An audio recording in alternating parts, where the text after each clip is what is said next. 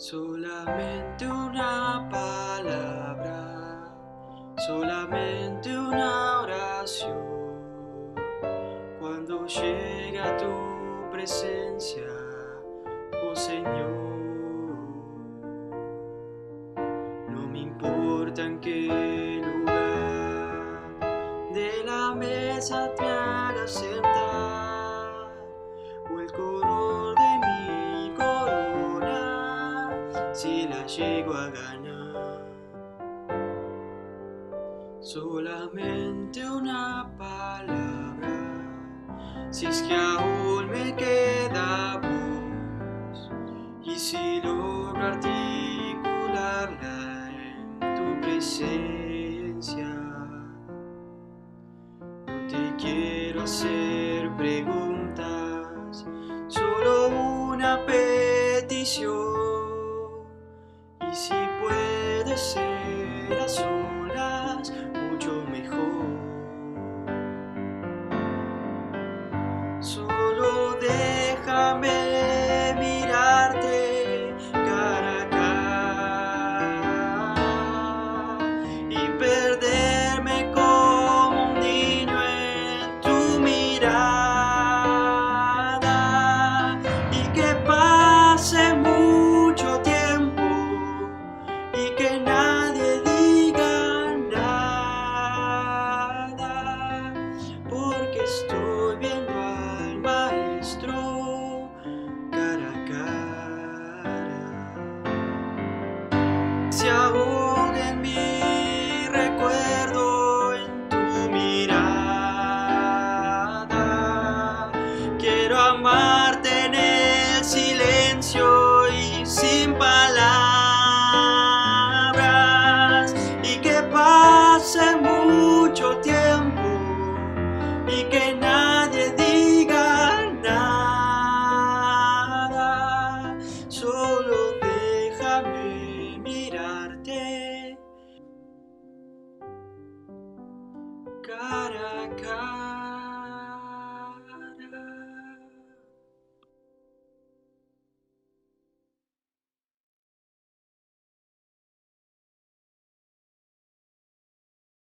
Te recuerdo nuestras redes sociales: Instagram, @ieb.caballito. En Facebook nos encontrás como Iglesia Evangélica Bautista de Caballito. Y en nuestro canal de YouTube, Iglesia Evangélica Bautista de Caballito. No olvides suscribirte y activar la campanita para más notificaciones. Escribirnos para más información.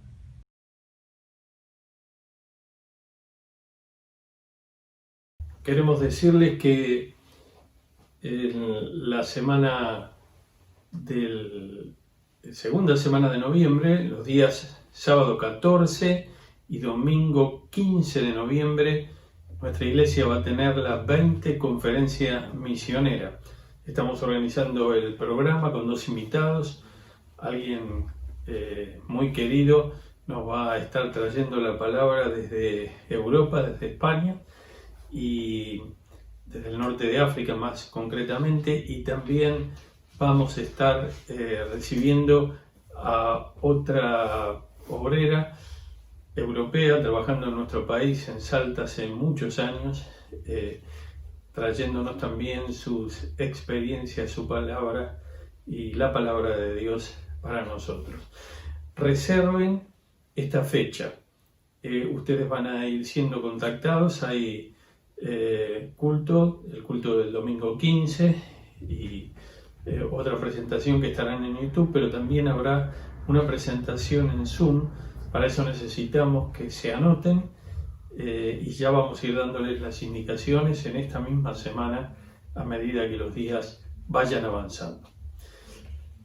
Quisiera decirles también que en el día de ayer partió la eternidad Ramón, el yerno de nuestra hermana Clidi.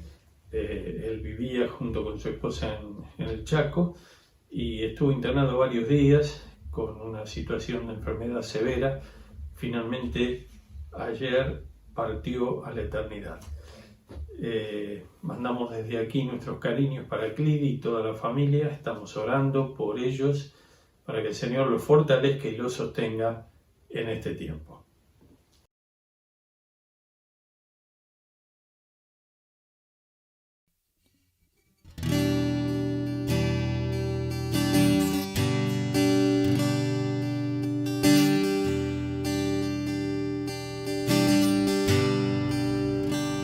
Mi alma estaba rota y herida, pero tu gracia la restauró. Manos vacías que tú llenaste, soy libre en ti, soy libre en ti. Sublime gracia del Señor, que a un pecador salvó. Fui ciego, mas hoy veo yo, perdido y él me halló. Ahora puedo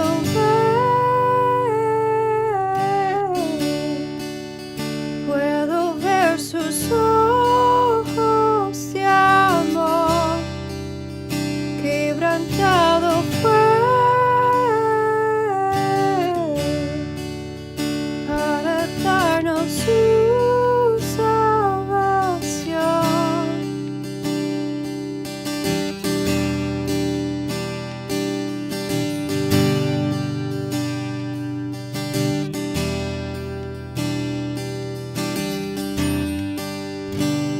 Tú no me juzgas por mis fracasos, tú me aceptas tal como soy. Toma mi vida como vasija para mostrar tu gloria en mí. Sublime gracia del Señor, que a un pecador salvó. Fui ciego, mas hoy veo yo, perdido y él me halló. Ahora puedo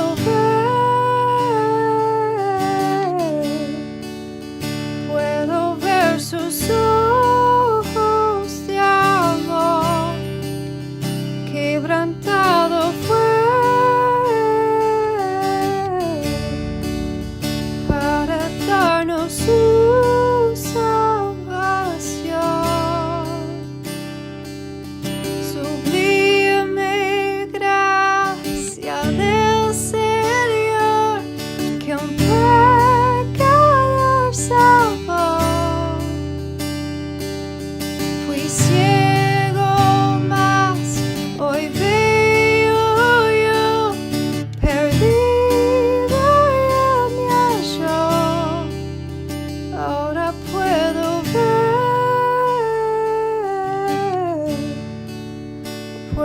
ver sus ojos de amor.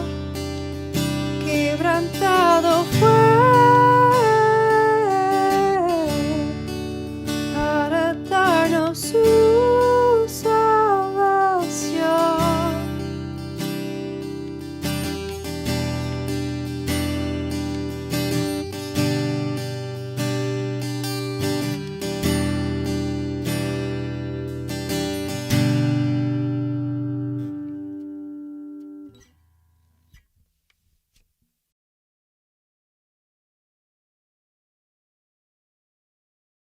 Te recuerdo nuestras redes sociales: Instagram, @ieb.caballito.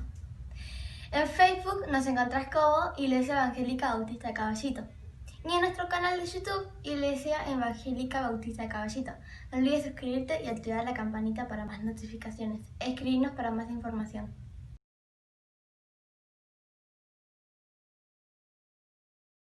Abrimos la palabra de Dios en el Evangelio de Marcos, capítulo 7, y leemos la historia que está desde el versículo 24 hasta el versículo 30.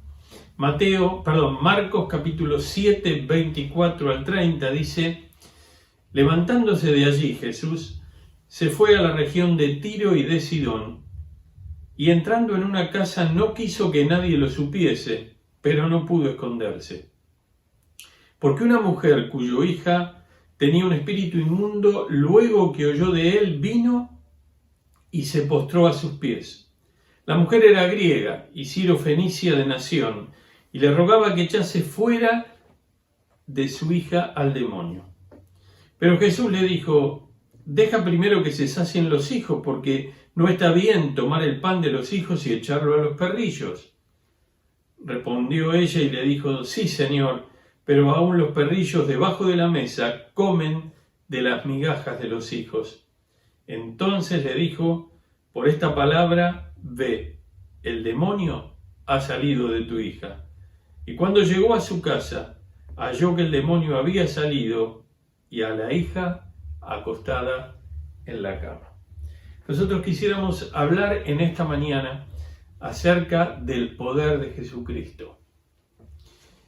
En este pasaje que nosotros leímos, como otros textos de la Escritura, otros párrafos, vienen después de otros sucesos, y en este momento Jesús lo que va a hacer es salir de la zona de Galilea para ir hacia la zona de la costa, tirando hacia el norte a la región de Tiro y Sidón.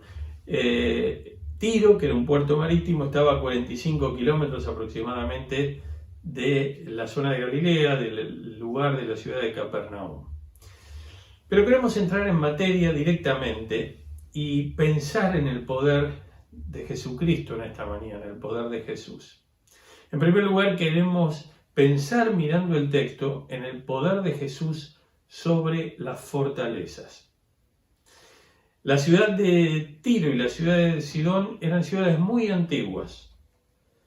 Eran ciudades marítimas las dos. Sidón estaba bastante más al norte. Ocupaban la franja costera, obviamente, porque eran zonas portuarias, y correspondían a la zona de Fenicia. Eran famosos porque los fenicios fueron los primeros en usar las estrellas para navegar. Antes de que los marineros usaran las estrellas en la historia, lo que tenían que hacer era navegar de día, mirando las costas, y llegar a la costa, quedar en algún puerto, pasar la noche y otra vez al otro día se hacía lo mismo. Ellos fueron famosos en ese sentido. Estas ciudades pertenecían al territorio que Josué le había dado a la tribu de Aser. Cuando se conquistó la tierra que el Señor le había prometido a Abraham y a su descendencia, estaba ocupada por las 7 naciones cananitas. Finalmente, en el tiempo de la conquista, salen de Egipto, cruzan el Mar Rojo, está el peregrinaje en el desierto durante 40 años, Moisés ve la tierra prometida, pero el Señor no desde un monte, desde los montes de Moab, pero no le permitió el Señor ingresar, y ingresa al frente del pueblo Josué. Cuando se producen todas las situaciones, las batallas que llevaron a la conquista, que duraron en números redondos 10 años, finalmente se distribuye la tierra. Y dentro de la distribución de la tierra, a las tribus de Israel, hubo 12 tribus que recibieron, porque José recibió doble descendencia. Los levitas no recibieron, pero tenían las ciudades de refugio distribuidas en todas las tribus. Pero lo que nos interesa en esta mañana era que dentro del territorio de la tribu de Aser, allí en el norte, al norte de Galilea, le correspondían estas dos ciudades, la región de Tiro, la ciudad de Tiro, y la ciudad de Sidón. Josué en el capítulo 19, versículos 28 y 29, va a determinar ciudades que estaban dentro de este territorio, y dice: hasta el gran Sidón, menciona otras, yo solamente me detengo en esta, y luego va a decir en el 29, ciudad fortificada de Tiro. La ciudad fortificada de Tiro. Ahora, estas ciudades nunca fueron conquistadas por Israel, nunca se tomaron. Cuando en el libro de los jueces se hace el recuento de lo que faltaba, se menciona en el versículo 31 del primer capítulo, tampoco Aser arrojó a los que habitaban en Sidón. ¿Qué quiero decir con esto? Las ciudades pertenecían a la tribu de Aser, pero nunca habían sido conquistadas. Nunca el pueblo de Dios había entrado en ellas para poseerlas. Ahora, qué interesante, en este relato vemos de que Jesús deja la zona de Galilea, una zona multicultural, y va a la región de Tiro y de Sidón. Lo que no pudo el pueblo de Dios hacerlo con la fuerza, lo que no pudo hacerlo en el tiempo de la conquista, el Señor Jesucristo en su ministerio lo hizo. Ya va a decir el profeta, no con fuerza, no con ejército, no con espada, sino con tu Santo Espíritu.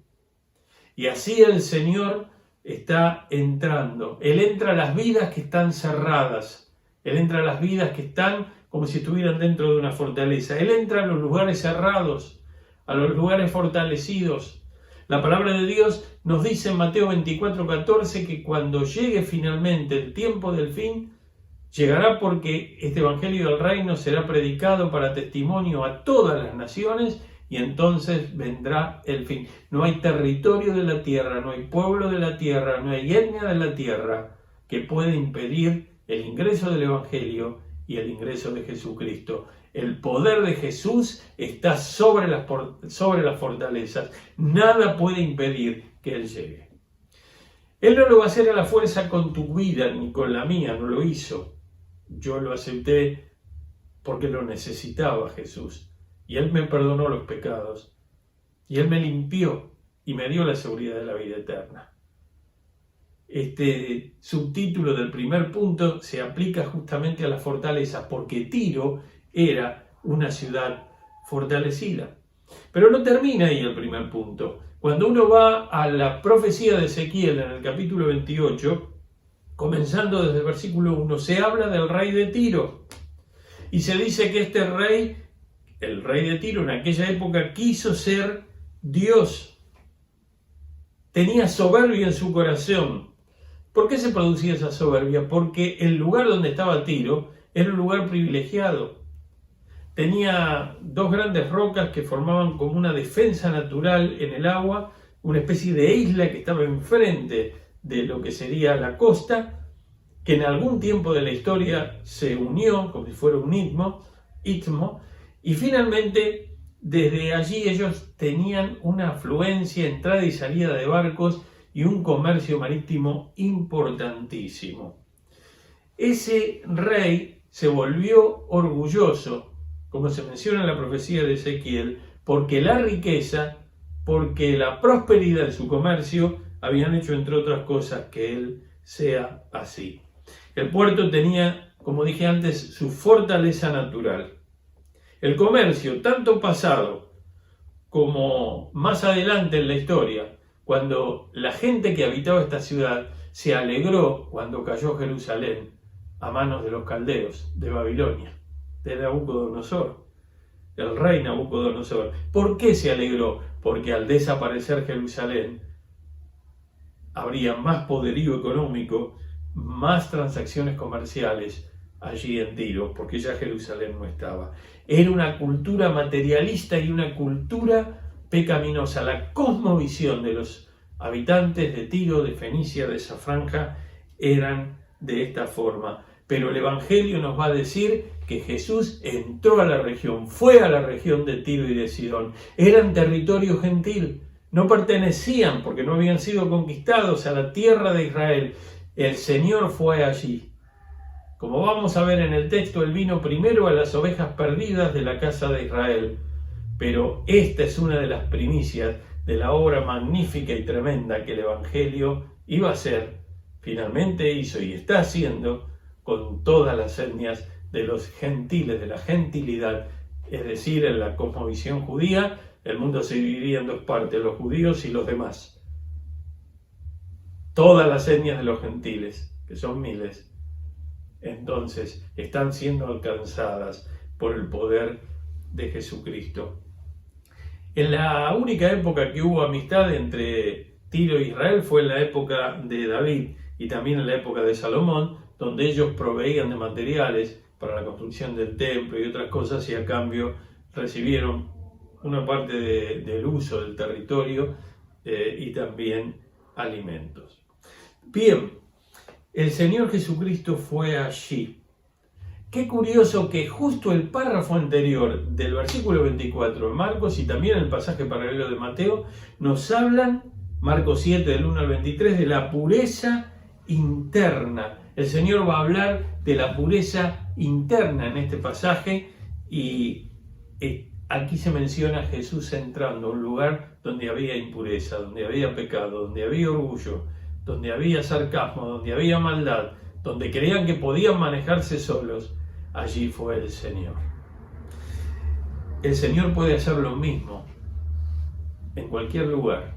Nosotros tenemos obras misioneras en distintos lugares del país. Ninguno de los lugares son fáciles. Ninguno de los lugares es imposible para que el Evangelio crezca, para que la semilla del Evangelio dé fruto. Todos tienen su potencialidad, pero también todos tienen su dificultad.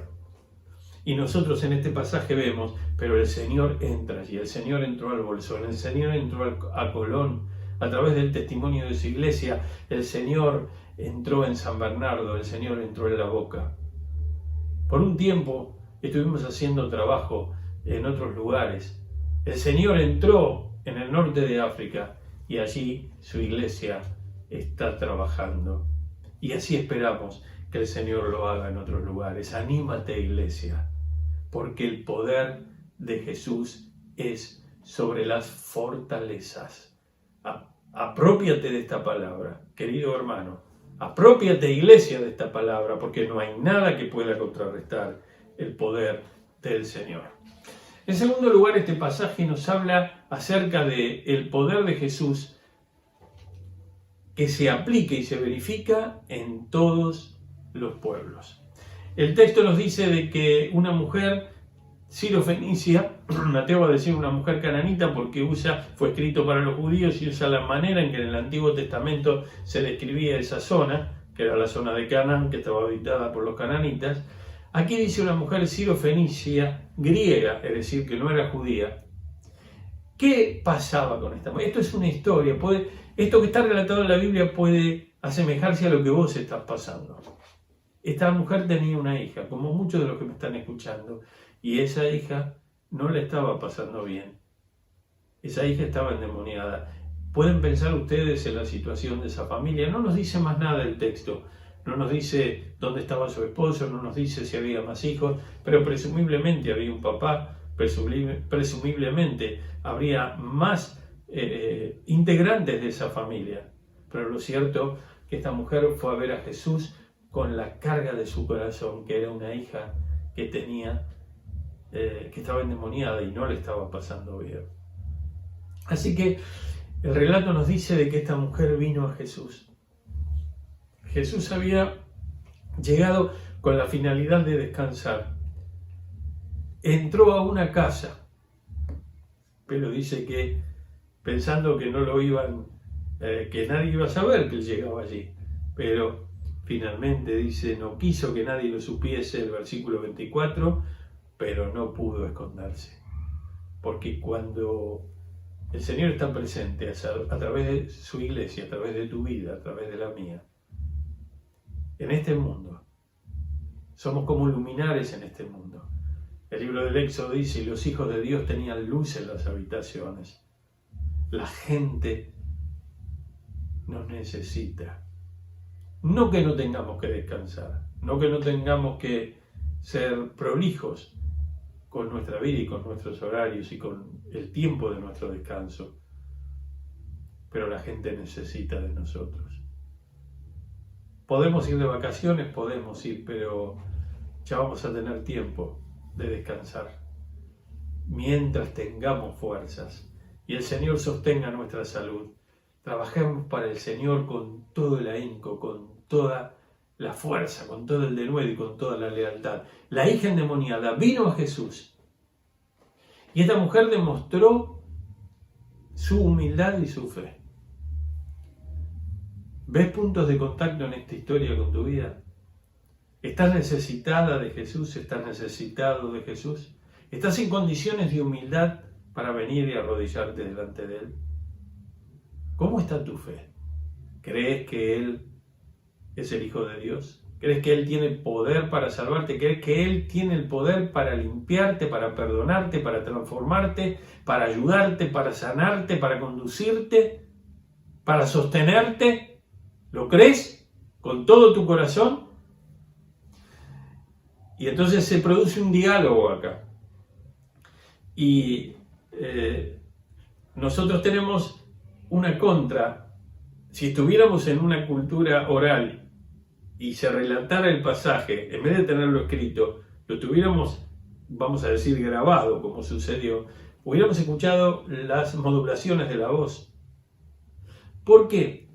Porque dice que una mujer que tenía la hija endemoniada con un espíritu inmundo, luego que oyó de él, vino y se postró a sus pies. Humildad.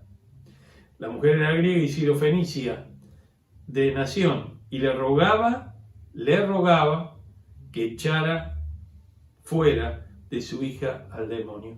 ¿Le estás rogando a Jesús por tus hijos?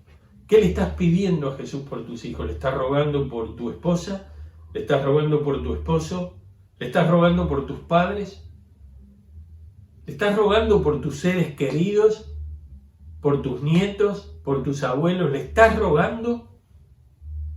Esta mujer no era del pueblo de Dios, pero sabía de Jesús y sabía que no había otra posibilidad sino que ir inclinarse frente a Jesús y rogarle para que Él obrara en la vida de su hija, en la vida de su familia.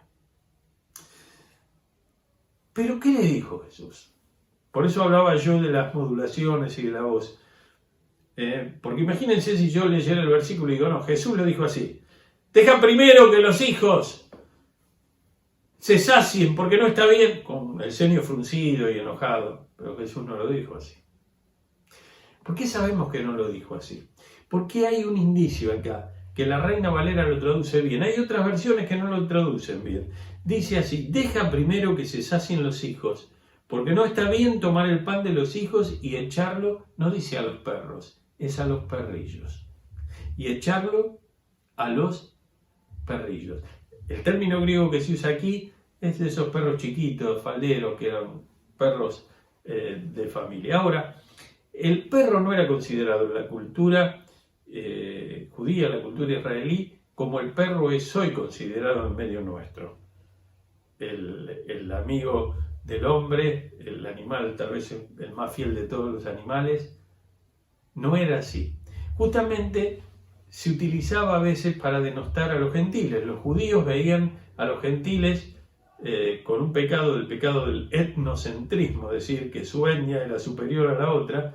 Este fue un pecado de gran parte de los que componían el pueblo de Israel.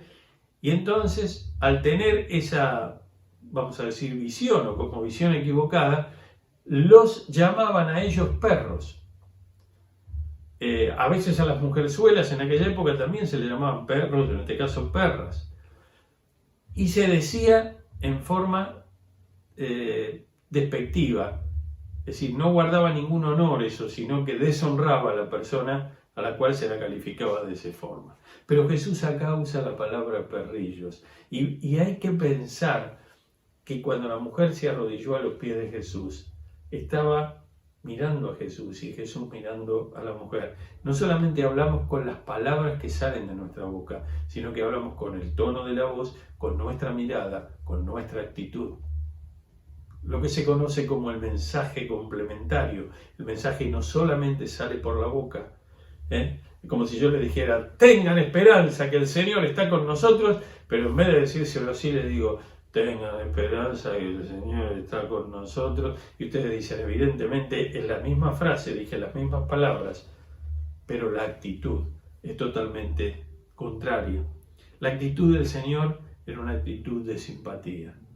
Porque la palabra dice, el que a mí viene, yo no le echo fuera. Así que estaba probando la fe de esta mujer. Y ella no se enojó. No se ofendió, no agarró las cosas y se mandó a mudar, sino que fue sabia y llena de fe y en humildad le respondió y le dijo, sí, Señor, aún los perrillos debajo de la mesa comen de las migajas de los hijos. ¿Cómo era esa cultura? No había cubierto, no había cuchillo, no había tenedor, se comía con la mano y se usaban pedazos de pan para limpiarse las manos. Y esos pedazos que se usaban para limpiarse las manos se tiraban y se le daban a los perrillos de la casa para que los comieran. Así que, finalmente, ¿qué sucede aquí? La mujer sirofenicia recibe una bendición de parte del Señor. Ella no era del pueblo de Dios. Va a decir en el capítulo 10 del Evangelio de Mateo que el Señor vino primero a las ovejas perdidas de la casa de Israel. Pero aquí está haciendo una avanzada de lo que iba a finalmente suceder con el Evangelio.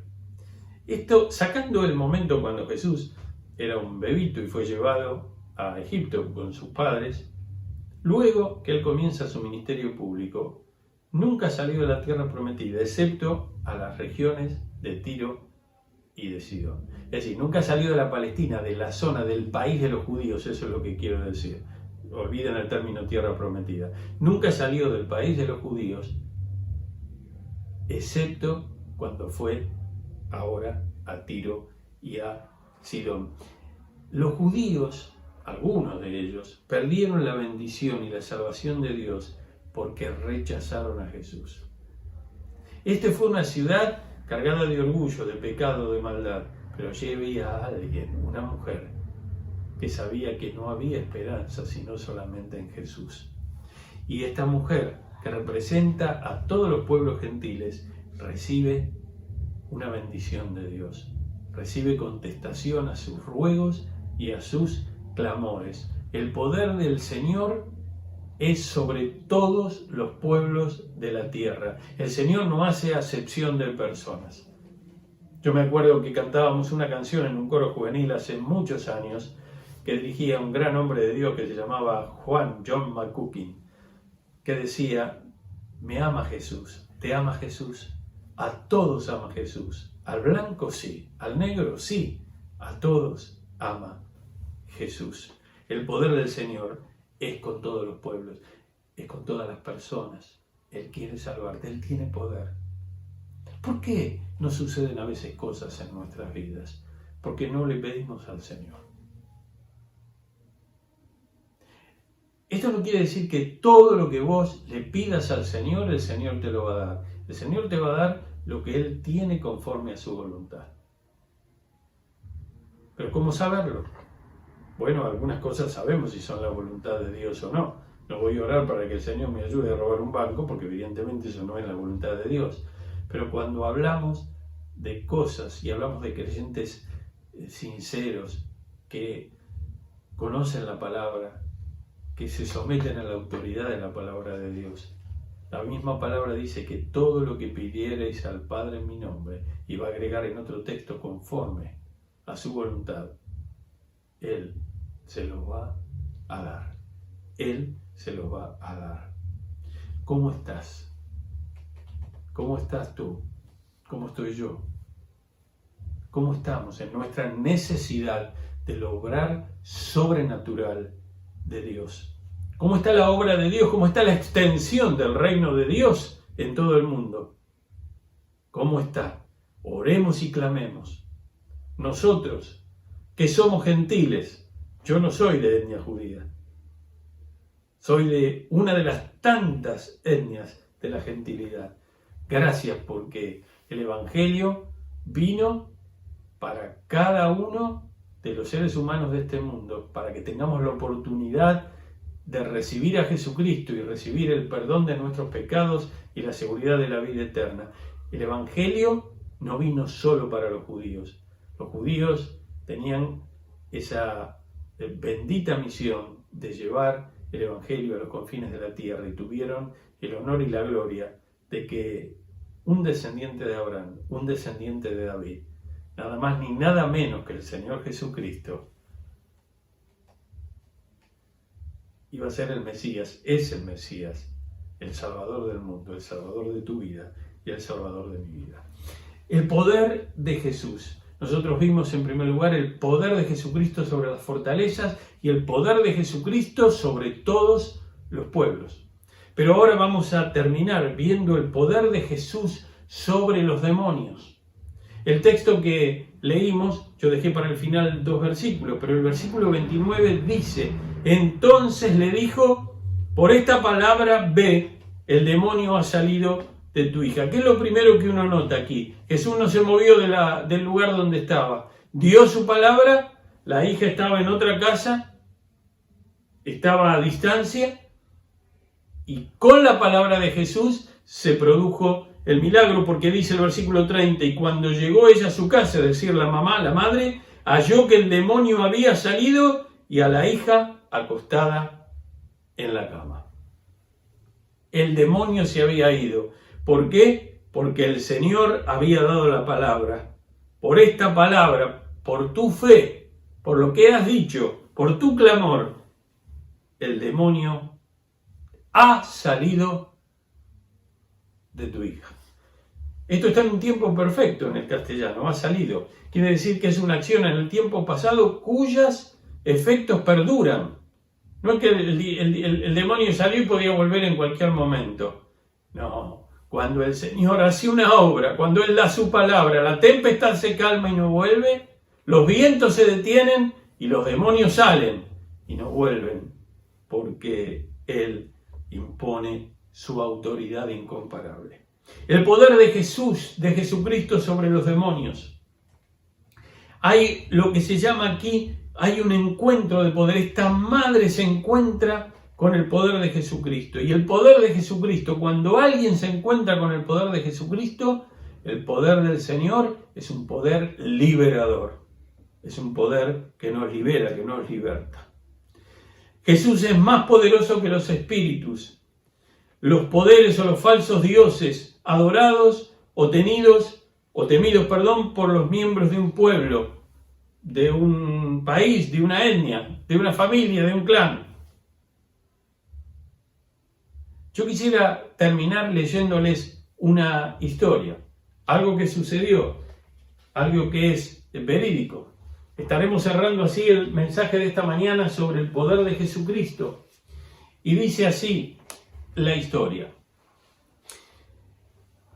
Está escrita por un hombre de Dios que se llama Juan Robb. Y dice así: un árbol gigante destacaba en la ribera del río Awash, en medio de un árido valle, a unas 2 horas de distancia en automóvil de Addis Abeba, Etiopía, en África. Había estado allí durante muchas generaciones y parecía eterno este árbol. Incapaces de trasvasar el agua del río a niveles de terreno más altos, las gentes que vivían en las zonas adyacentes llegaron a padecer hambrunas. En el sufrimiento, la gente acudía al árbol en busca de ayuda. Adoraban al esbelto gigante, creyendo que un espíritu le había concedido divinos poderes. Los adultos besaban su tronco imponente cuando pasaban por allí. Cuando nombraban al árbol, lo hacían con susurros y reverencia, y los niños solían decir: este árbol nos ha salvado. Cuando una agencia misionera llamada Visión Mundial inició un proyecto de desarrollo en el año 1989, con un sistema de riego para lograr que la abrasada tierra del valle floreciera por primera vez, el gran árbol se erigía semejante a un centinela formidable de una antigua orden. Presidía sobre la comunidad y la esclavizaba con temor.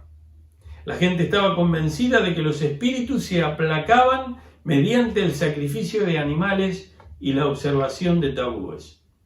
Los obreros de Visión Mundial, de esta entidad misionera, constataron que los aldeanos adoraban al árbol y reconocieron que este ídolo era una barrera para que la comunidad entrara en el reino de Dios y fuera transformada. Una mañana, mientras el personal de esta agencia misionera oraba, una de las promesas de Jesús, especialmente relevante, los impresionó. La promesa era esta: si tienen fe, podrán decirle a este monte, quítate de ahí y tírate al mar. Y así se hará. Mateo 21:21. Y empezaron a rogarle a Dios que abatiera aquel Goliat amenazador, figuradamente Goliat, aquel árbol, tremendo árbol que hacía mucho tiempo que estaba allí. Poco después, toda la comunidad se enteró de que los cristianos oraban por el asunto del árbol. A los 6 meses el árbol comenzó a secarse. Se quedó sin hojas y finalmente su tronco colapsó como un gigante abatido sobre el río. La gente se asombró. El Dios de ustedes ha hecho esto, decían. Su Dios ha secado el árbol, se decían unos a otros. El Dios de ellos, el Dios de los misioneros ha secado el árbol. En pocas semanas, como un centenar de aldeanos recibieron a Cristo porque vieron su poder desplegado en la espectacular respuesta de las oraciones de los cristianos. El Señor tiene poder. El Señor tiene poder sobre las fortalezas. El Señor tiene poder sobre todos los pueblos de la tierra y el Señor tiene poder sobre todos los demonios. No hay otro como Él. No hay poder. El poder está en sus manos. Todo está sujeto a Él. Pone tu fe y tu confianza en el Señor. Pone tu vida en el Señor, querido oyente, en esta mañana, para que el Señor robustezca tu fe, para que tu vida sea utilizada en los propósitos de Dios, según la misión que Él tiene para tu vida, para que sus propósitos se cumplan y su reino se extienda en este mundo, y que tengas la tremenda bendición de ser parte de esta historia contemporánea, en las manos de Dios, del avance de su reino en el mundo. Toda tu vida le pertenece a Dios, y toda angustia, toda tristeza que haya en tu vida o en tu familia, significa un detenimiento, a veces una disminución de la velocidad, a veces un detenimiento del avance del reino de Dios. Ora al Señor. No hay gigante, no hay Goliat, no hay árbol que, según la cosmovisión de esta etnia en Etiopía, tenía poderes. Lo consideraban como un dios con minúscula ese árbol. Y eso impedía, por la acción del enemigo de Dios, del diablo, de que estas personas de esta tribu, de esta etnia, reconocieran a Jesucristo como el Señor y Salvador de sus vidas. ¿Algo lo impide? ¿Alguien está escuchando? Tal vez me está escuchando este mensaje, algún amigo le pasó el link. ¿Por qué no entregas tu vida a Jesucristo en esta mañana? ¿Por qué no le entregas la vida? ¿Qué impide que le entregues la vida? Él tiene poder. Él venció la muerte, murió en la cruz por tus pecados, como vamos a recordar enseguida en la celebración de la Cena del Señor. Él murió por vos. Que Dios te bendiga, que Dios te fortalezca, que Dios fortalezca a la iglesia. Amén.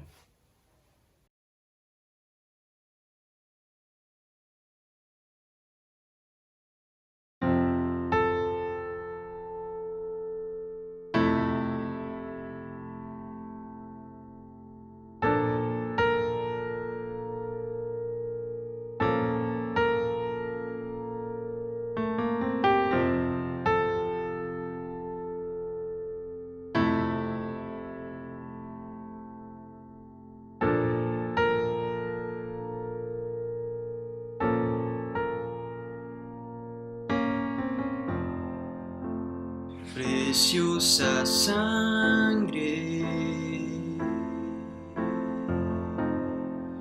que mi vida cambió, mis pecados, mis culpas lavó. Ha quedado atrás el pasado sin Dios.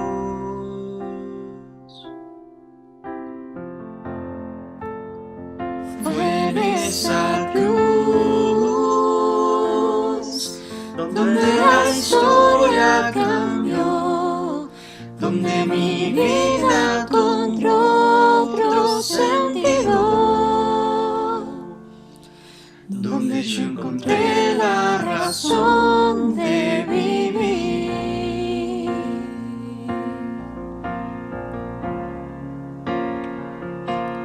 Jesús,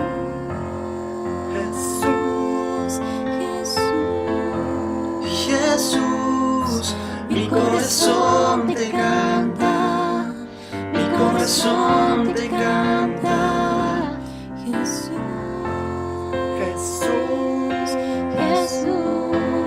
Jesús, mi corazón te canta, mi corazón te canta.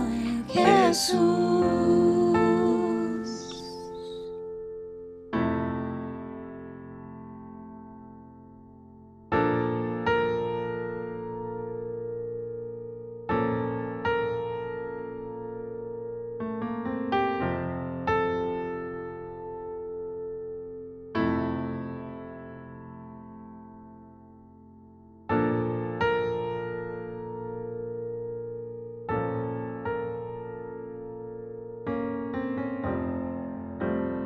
Preciosa sangre que mi vida cambió, mis pecados, mis culpas lavó. Ha quedado atrás el pasado sin Dios.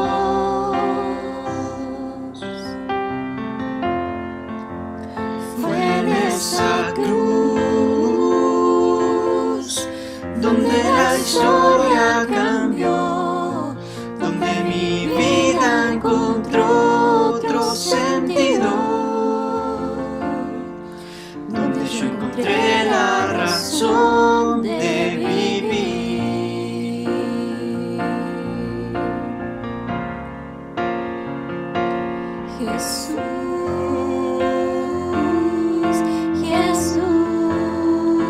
Jesús, mi corazón te canta, mi corazón te canta.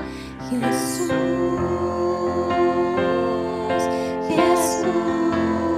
Jesús, mi corazón te canta, mi corazón te canta. Jesús.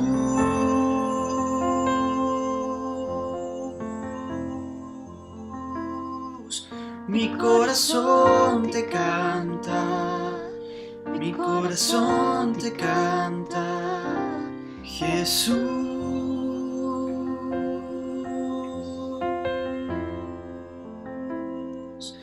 Mi corazón te canta, mi corazón te canta, Jesús.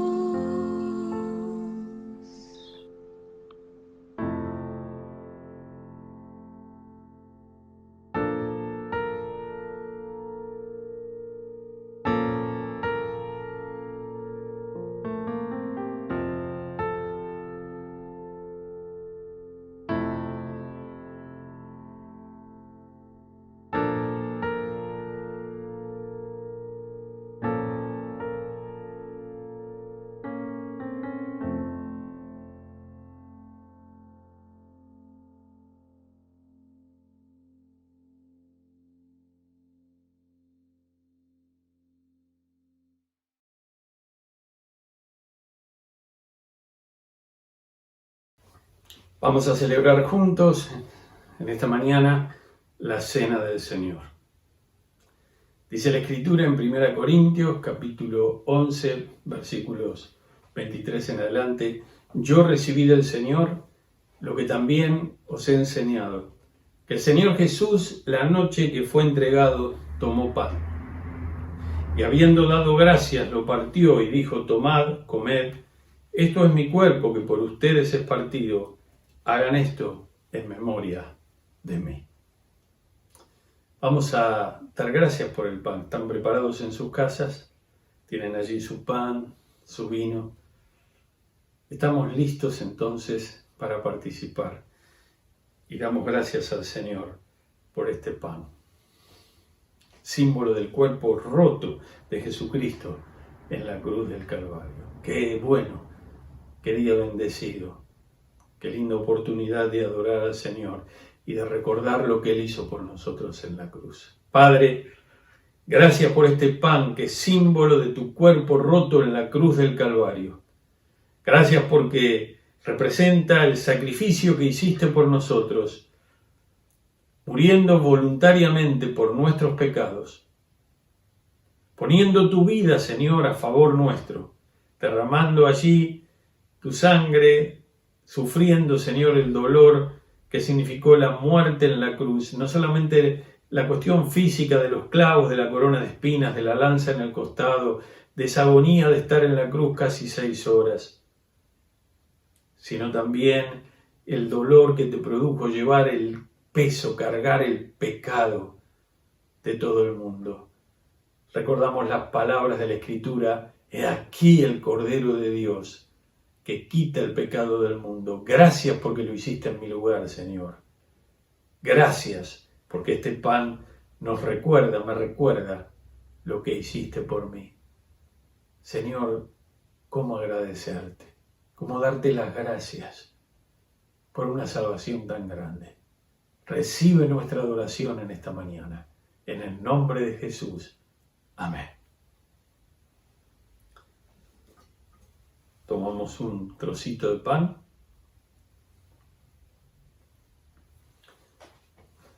Pueden dar ustedes a lo que tienen a su alrededor.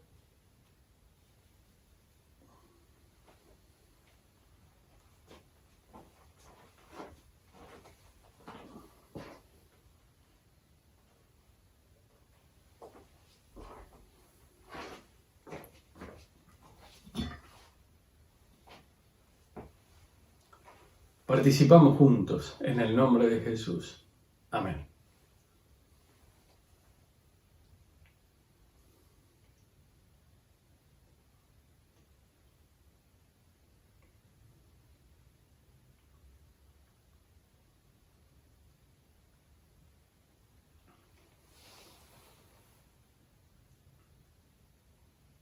Sigue diciendo el apóstol Pablo allí en 1 Corintios: asimismo, tomó también la copa después de haber cenado, diciendo: esta copa es la sangre del nuevo pacto que por muchos se derrama. Hagan esto, es decir, participen, tomen de ella en memoria de mí. Vamos a dar gracias a Dios por esta copa. Señor, gracias por esta copa, este vino que simboliza tu sangre derramada en la cruz del Calvario por nuestros pecados. Como tu palabra, Señor, enseña, la sangre de Jesucristo, su Hijo, nos limpia de todo pecado. Oh Señor, ¿qué otra cosa puede perdonarnos? ¿Qué otra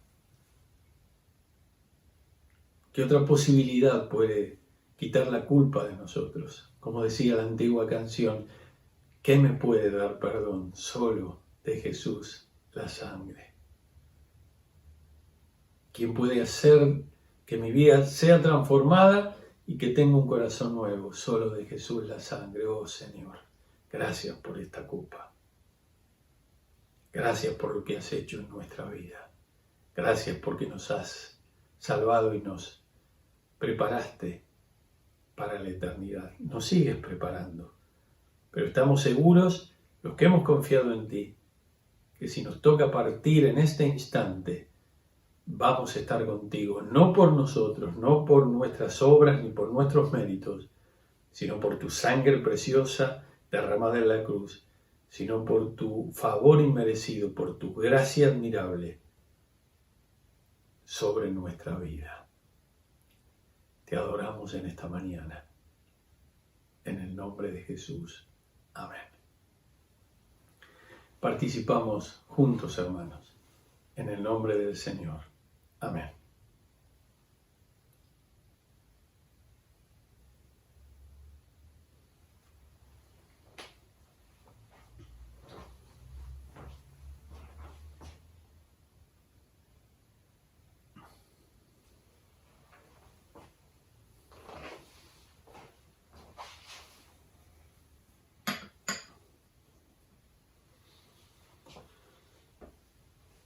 Y la Escritura termina diciéndonos que todas las veces que comamos este pan o bebamos esta copa, la muerte del Señor anunciamos hasta que Él vuelva. Gracias al Señor por esto. Seguramente vamos a estar entonando una canción de victoria al finalizar. Vuelvo a recordar a la familia de Clidia en este momento. Recuerdo a otros, a la familia de Susana, nuestros vecinos del frente del templo que han operado a su hijo y estamos orando por él. Y así oramos por todos los que están en dificultad y por los que no están en dificultad, por los jóvenes que están preparando exámenes, por los que están emprendiendo trabajos nuevos, por los que tienen alguna decisión importante que hacer en este tiempo. Que el Señor bendiga a su iglesia. Y decimos con la Escritura, una doxología, que el amor de Dios, la gracia del Señor Jesucristo y la dulce comunión del Espíritu Santo nos acompañen ahora y siempre. Amén.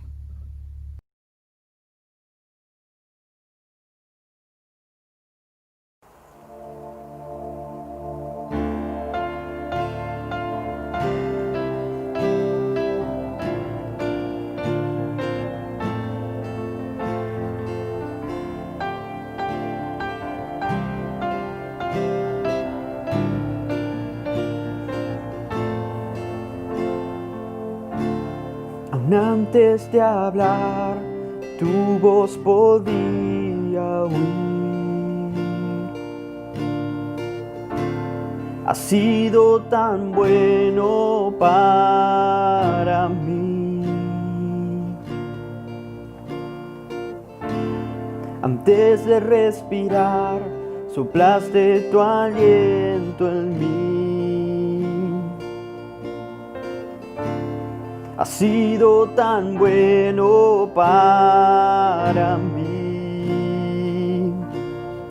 Tu amor me envuelve, me sostiene, amor sin condición.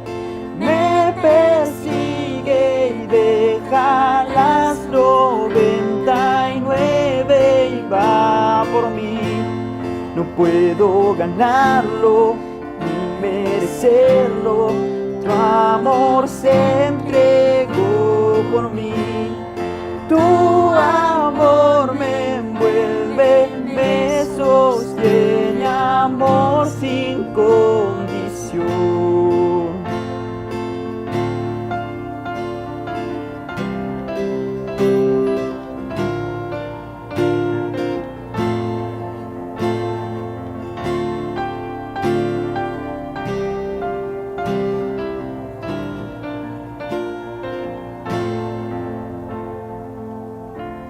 Cuando enemigo fui, tu amor luchó por mí. Has sido tan bueno para mí. Cuando indigno fui, pagaste el precio por mí. Has sido tan bueno para mí. Tu amor me envuelve, me sostiene, amor sin condición. Me persigue y deja las 99 y va por mí. No puedo ganarlo, merecerlo, tu tu amor se entregó por mí. Tu amor me envuelve, me sostiene, amor sin condición.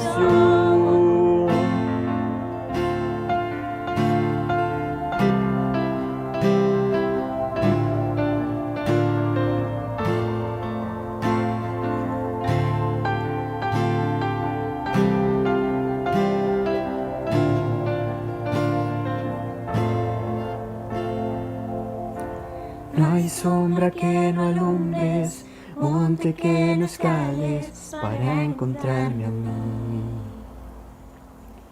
No hay pared que no derrumbes, cadera que no rompas para encontrarme a mí. No hay sombra que no alumbres, monte que no escales para encontrarme a mí. No hay pared que no derrumbes, cadena que no rompas para encontrarme a mí. Tu amor me envuelve, me sostiene, amor sin condición. Me persigue y deja las 99 y va por mí. No puedo ganarlo ni merecerlo, tu amor se entregó por mí.